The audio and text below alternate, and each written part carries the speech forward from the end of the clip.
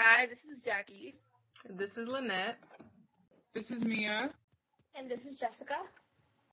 And today we're going to be doing a podcast on the novella Heart of Darkness by Joseph Conrad. And before we really get into our literary theory, we're just going to talk about what exactly our literary theory is and what literary theories in general are. So, Mia, you can start us off with that.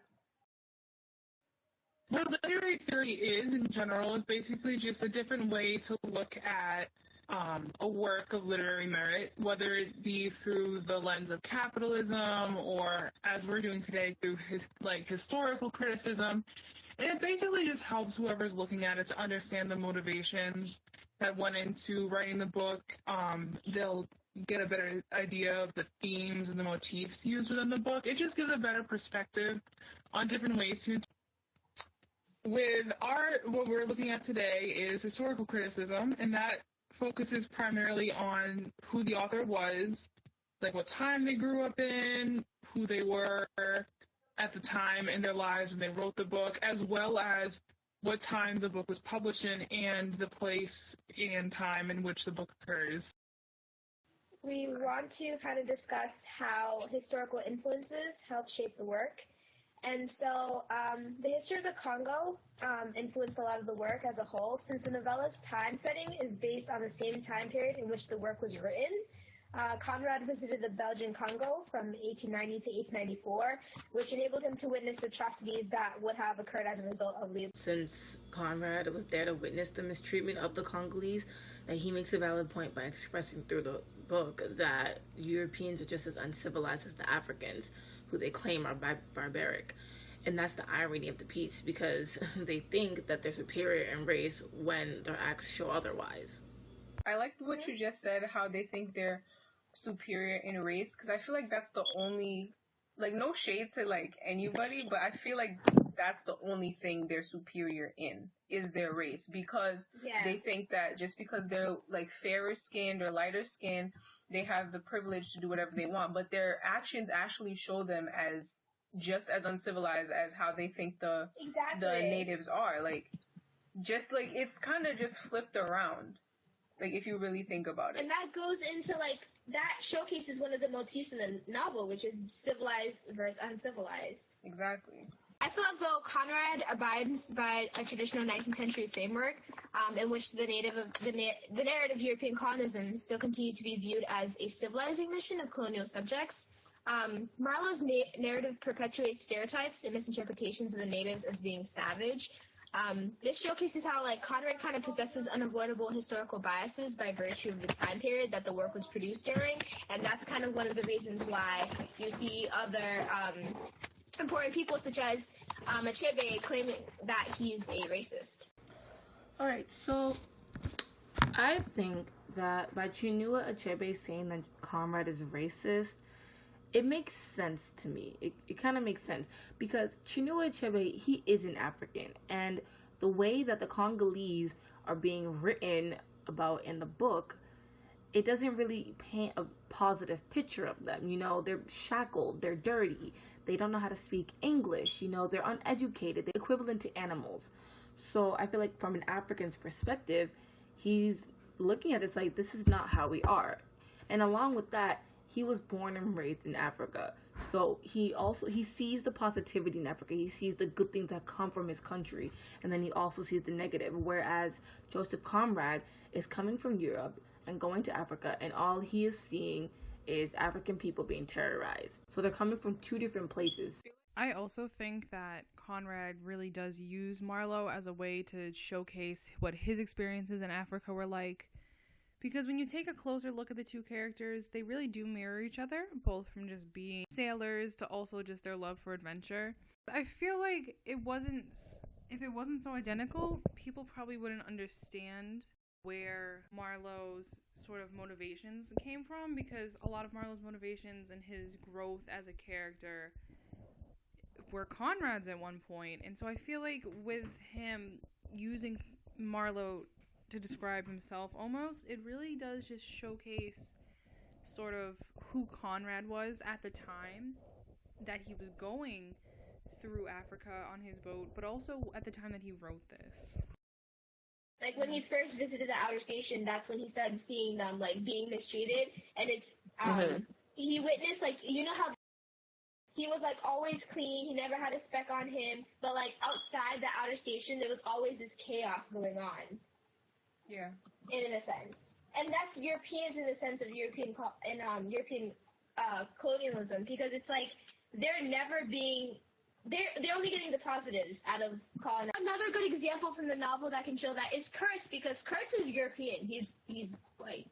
And he ended up giving himself over to the wilderness and possessed his own heart of darkness, because look at his actions. He, beheaded people and put their heads on sticks to help reaffirm his power over the natives. Yeah.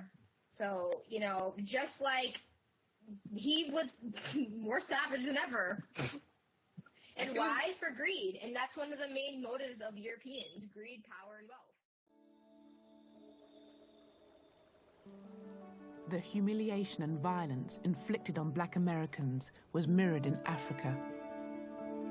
At the end of the 19th century, as Europe's powers scrambled for control of the continent's riches, the rights of the indigenous peoples were no impediment to their plans for conquest.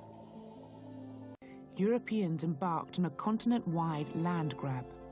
In less than 20 years, 90% of African territory would be placed under European colonial rule. Okay, so one of the questions that we need to ask ourselves when doing historical criticism is to think about some of the common themes and motives in the literature of the time period. So the book was written during the Victorian Age, and this is a time of prosperity. When Joseph Conrad was writing Heart of Darkness, the British Empire, under Queen Victoria, was expanding very quickly.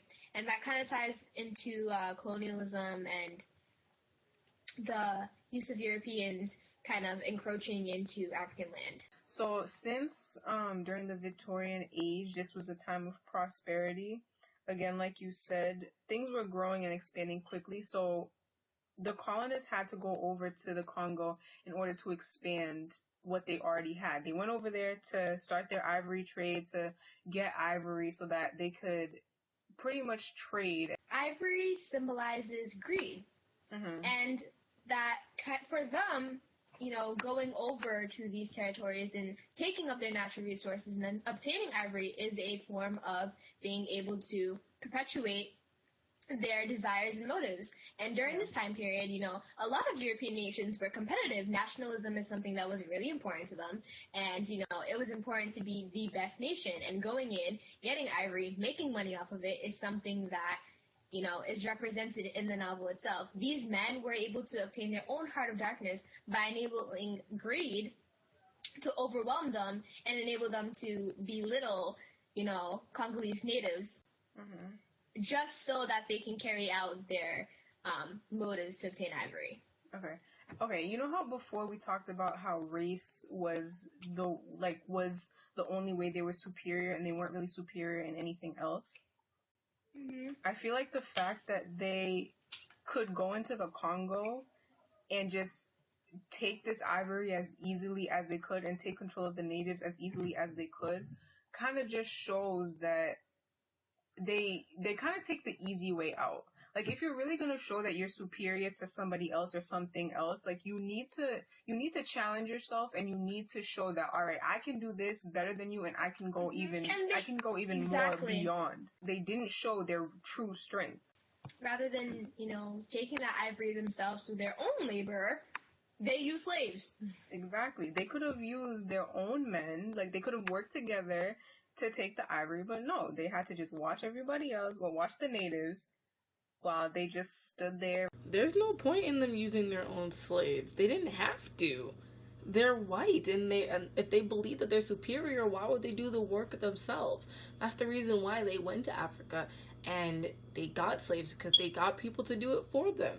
They don't need to do it themselves. They have people like that, because let's say that they're royal, they're like royalty. When you're royal, you have servants. So the slaves, they were viewed as their servants. In a way, it's uplifting England. It views them in a light of superiority. They have all these intellectual people, all this prominent people, and it just makes them look civilized. And they call them the great knights errants of the sea. they have these great explorers, and they're more advanced in a way than Africa. Europeans view themselves so highly, but like as we're reading and as Marlowe is looking at what's going on, we see them for what they really are. Like we kind of see what everybody else doesn't see. It's kind of like the secret stuff that goes on in the background that nobody really knows about. We just assume that everything is good, everything is okay, and that there's nothing really to question. Okay, so I feel like Conrad uses Marlowe's point of view to really help convey his message, because by giving Marlowe the skeptical attitude towards the motives behind European colonialism, it really helps showcase the side that we all need to realize that, no human race is superior to another. We all are capable of containing our own heart of darkness, and we're all capable of unethical moral. Well, that's all we have for today, people. Thank you for listening, and I hope that you actually learned something from our podcast and that you actually enjoyed it. And I also hope that you have... Bye!